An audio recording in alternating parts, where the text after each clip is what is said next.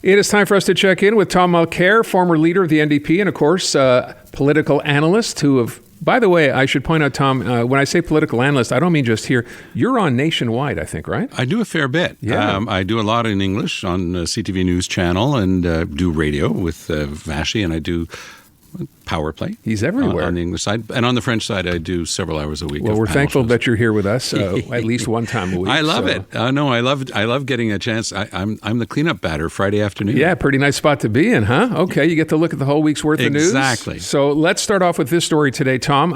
Kind of out of nowhere, and a lot of people, perhaps, me included, scratching their heads trying to understand why he would say this. Pablo Rodriguez, leader of the Provincial Liberal Party, who, in the wake of the challenge to the notwithstanding clause that the federal government is now involved in front of the Supreme Court, thought he would weigh in, or it was a good time to weigh in by saying he believes Bill 21 has brought Quebec, quote, social peace. So your reaction to that? I think that Pablo is going to have to start thinking this stuff through.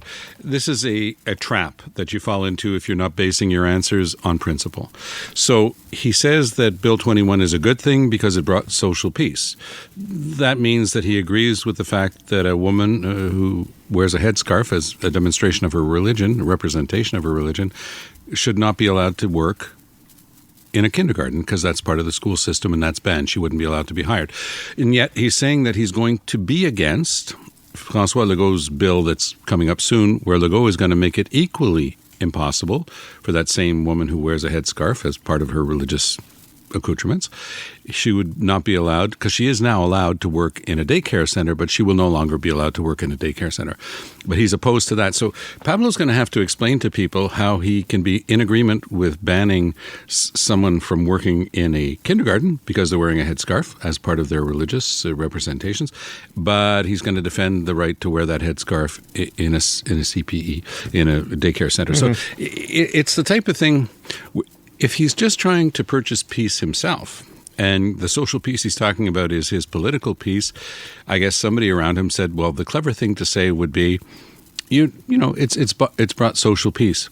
But what does that even mean? What social upheaval was there? What social upheaval is represented by a physics teacher who happens to wear a kippah? Or a police officer who happens to wear a turban, as I've met many across Canada, because Quebec, of course, is the only place that bans this because they just ban it. And I think that, if we're honest with each other, Quebec has, if you look at the past couple of years, whether it was Jean Boulet in the last campaign, he was the immigration minister, coming up with a bunch of things that were outright racist against immigrants, and Legault saying that if, we're having a housing crisis, that's because of immigrants and temporary immigrants, and he'll try to blame the feds, even though it's the province that's admitted or agreed to almost all of them. And it's just going after immigrants to blame for all of the problems that exist in Quebec. And I just find it so unseemly. And I think that Pablo Rodriguez, more than anybody, should be sensitive to that and saying that he agrees with Bill 21 because it's brought social peace. And there's no evidence of that, by the way. I just find it so disappointing. So the question then becomes, why feel the need to come ahead or to come and say this now? Because as you mentioned, you're kind of walking into a trap here with respect to what's going to happen with daycares. The province has already said that's what's coming. I understand you're trying to curry favor with the regions, with francophones, where you're now at, I think, at what, 15%? 15, yeah. The Liberals are at 27 province-wide, but that's mostly doped by their very heavy representation amongst Anglos and Allos in Greater Montreal. But if you go outside, and the whole province-wide, 15% of francophones would vote Liberal tomorrow, which means no seats outside of Greater Montreal. So what's the rationale here, Tom? People see through this, so why do it? If it's not coming from your heart, if this is not something that you believe in your heart of hearts, you're going to get caught. And this is what happened here, because he's just put himself into a trap that's there for anybody who doesn't think this stuff through. I paid a very heavy price in my political career for saying, look, this is not on. We're not going to use immigrants as scapegoats. We're not going to use people who have religious signs that are different from ours as a reason to divide. And Quebec shouldn't be the only place that has a charter of values, which is what Pauline Marois was calling it, or François Legault's Bill 21. It's unseemly, and you have to stand on principle with these things and know that you're going to get some pushback. But if you don't have the courage to stand up for your convictions, then nobody's going to follow you. So let me go to something else. Maybe not a big political story, but it seems to have, in the last week or so, we've seen a rash of people leaving the Mark Carney cabinet. It started with Chrystia Freeland, pretty high-profile departure. You bet. And then we started hearing about other people like David Lametti, who had served, of course, as Justice Minister under Justin Trudeau, Bill Blair, former minister as well. And they're all leaving here. And I guess the question is this Mark Carney's way of getting rid of people who are part of the Justin Trudeau cabinet, or is it something else? Well, the first step out the door for somebody like Bill Blair, who had been a minister for Trudeau, before that he was the chief of police in Toronto, by the way. And so the next step is to offer him something really nice, like, well, why don't you be Canada's representative to Great Britain, and you get all of everything that comes with being a senior diplomat and all the good stuff, and we get to find somebody else to run in your seat. So that's Chrystia Freeland's seat, that's Bill Blair's seats. Those are two prime, absolutely amazing Liberal seats in Toronto. You can bring in, there's a shortage of women around Mark Carney in his cabinet, and you can bring in some very high-profile, experienced women into one or both of those ridings. And it's important to have people who know what they're doing, because some of the people who came in the last election, not too many new ones, but they didn't have a lot of experience, and some of the experienced ones were not kept in cabinet. So we've just named two. Chrystia Freeland is leaving on her own, Bill Blair, and there's another fellow named Jonathan Wilkinson. He's from BC. He's leaving. He's been offered, I'm told, another ambassadorship. Not clear whether or not he's going to take it, but again, I'm also told on background that there's a very high-profile person from BC that they want to run. And so if you look, staying in BC, if you look at the former mayor of Vancouver, Gregor Robertson, now Mark Carney's Minister of Housing, this guy is golden. When he stands up in the House, he doesn't need training, right? This guy comes fully built, and he just delivers his stuff. He's going to be one of the most solid players on Carney's team.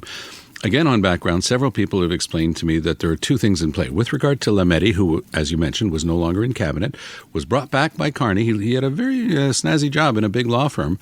He left to be one of the closest advisors of Carney, but it just was not working out. And the other people around Carney who want things to work out and understand politics a heck of a lot more than Mr. Lametti does, because I'm sure he has tons of ability and talent, but politics has never been his long suit. He basically went along with what was already there and built for him.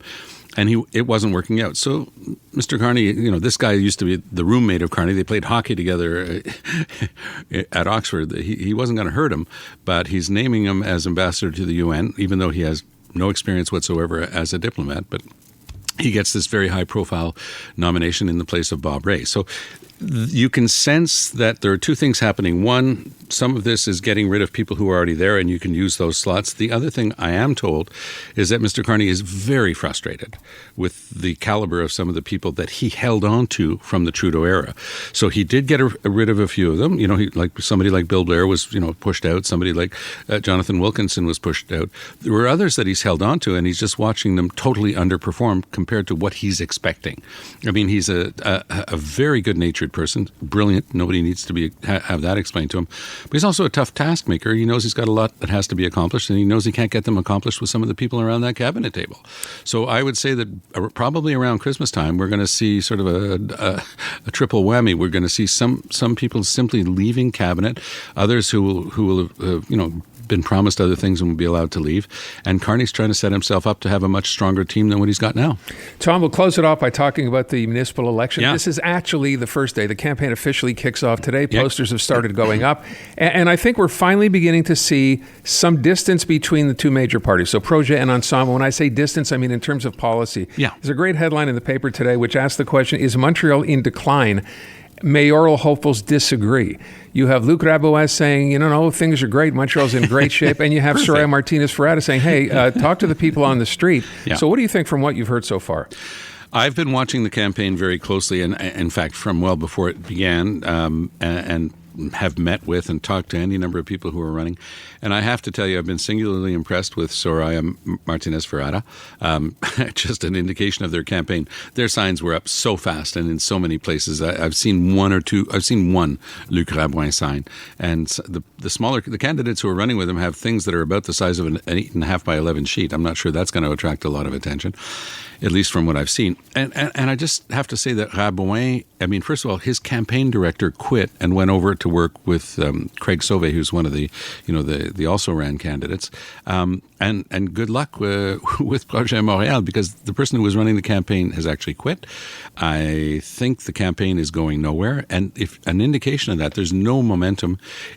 Soraya Martinez-Ferrada, she has been just adding star candidates. I mean, the most recent, somebody we all know, Leslie Roberts from CJAD, but from CFRA and from the National Post and so forth, but also somebody from the English-speaking community in Montreal who knows the issues perfectly, speaks fluent French, and will be an incredible addition. She was able to recruit the former head of Centraide. She was able to recruit somebody from the cultural field, very important character from the cultural field and the artistic field in Montreal. So she's got the momentum for sure, and I'm very impressed by the number of people who have worked for her in the past that I know and I respect, who say that she was an outstanding Minister of Tourism of Canada. I mean, she's not only been in municipal politics before that, she won an NDP riding, and she was able to get herself, work hard and make it all the way to cabinet. So that's the type of experience and expertise she's bringing to the game, Aaron. And so far, I don't think that Luc Rabouin can hold a candle to her. All right, we'll see how this goes. Tom, thanks so much. You have a great weekend. You too. All the best, Aaron. The newest tracks. Let's go. New music. And the next big thing. Always on the new music first. Your first place to hear it all. 'Cause you gon' like it, love it, wanna play it twice. Playing now. iHeart New Music. Your digital station for brand new drops, fresh finds, and tomorrow's bangers. I think we need something new. Discover iHeart New Music. Always fresh, always first. Stream now on the free iHeartRadio app.